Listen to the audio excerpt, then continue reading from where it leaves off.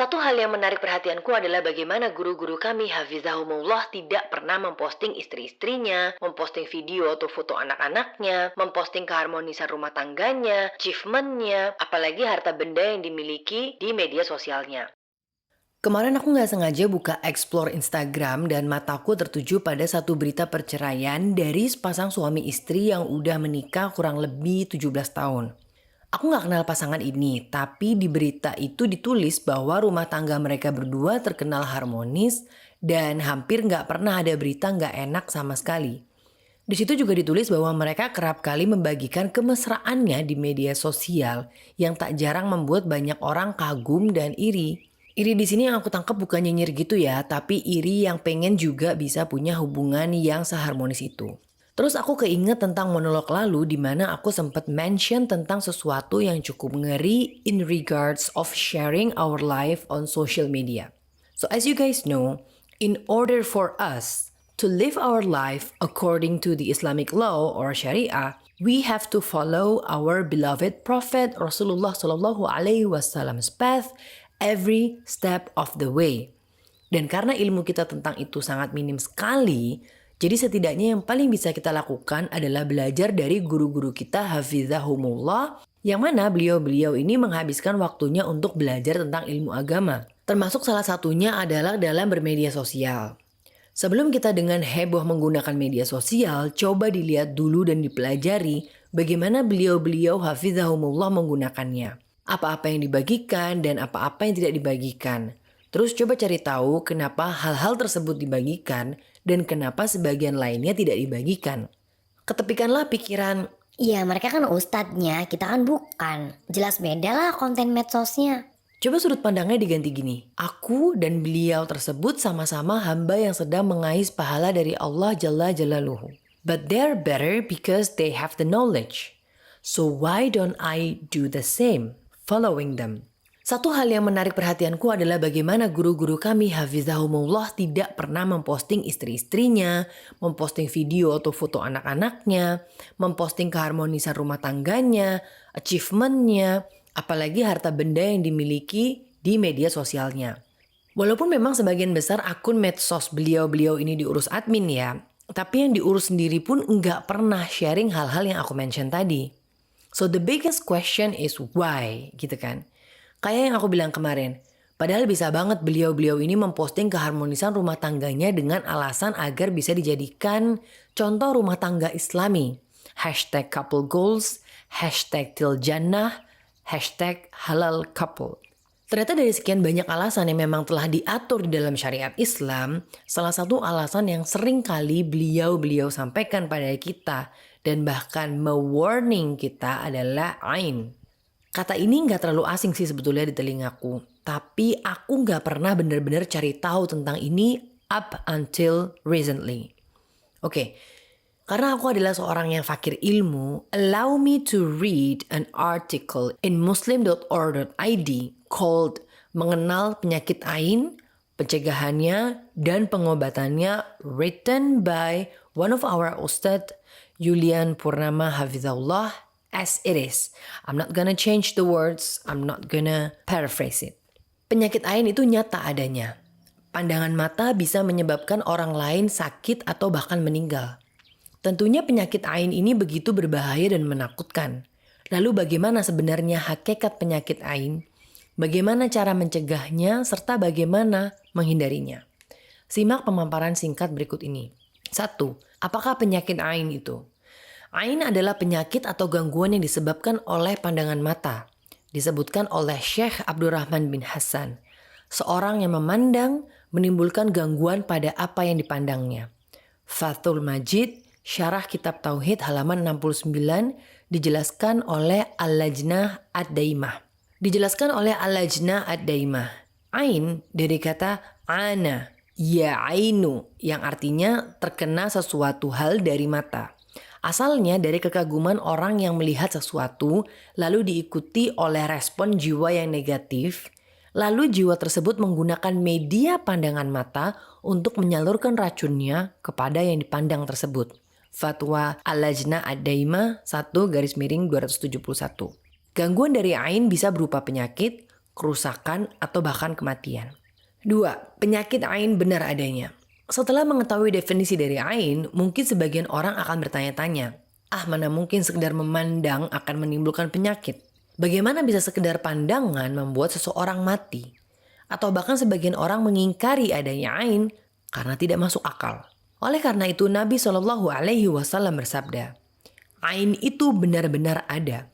Andaikan ada sesuatu yang bisa mendahului takdir, sungguh ain itu yang bisa.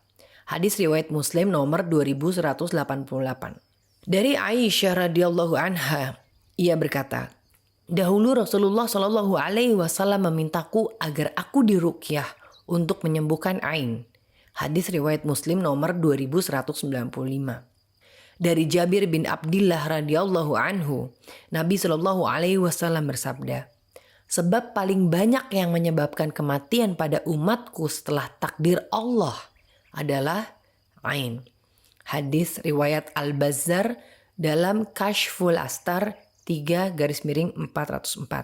Dihasankan oleh Al-Albani dalam Sahih Al-Jami' nomor 1206. Dan kabar nabawi ini wajib kita imani, bahwa ain itu benar-benar ada dan pernah terjadi. Dan tentunya sangat mudah bagi Allah untuk membuat adanya penyakit yang semisal ain ini. Dan nyata penyakit ini juga banyak disaksikan adanya oleh orang-orang, yaitu ketika didapati adanya orang-orang yang jatuh sakit secara tiba-tiba tanpa sebab yang jelas. 3. Sebab terjadinya penyakit ain. Ain terjadi karena adanya hasad, iri, dengki terhadap nikmat yang ada pada orang lain. Orang yang memiliki hasad terhadap orang lain lalu memandang orang tersebut dengan pandangan penuh rasa hasad, ini bisa menyebabkan penyakit ain.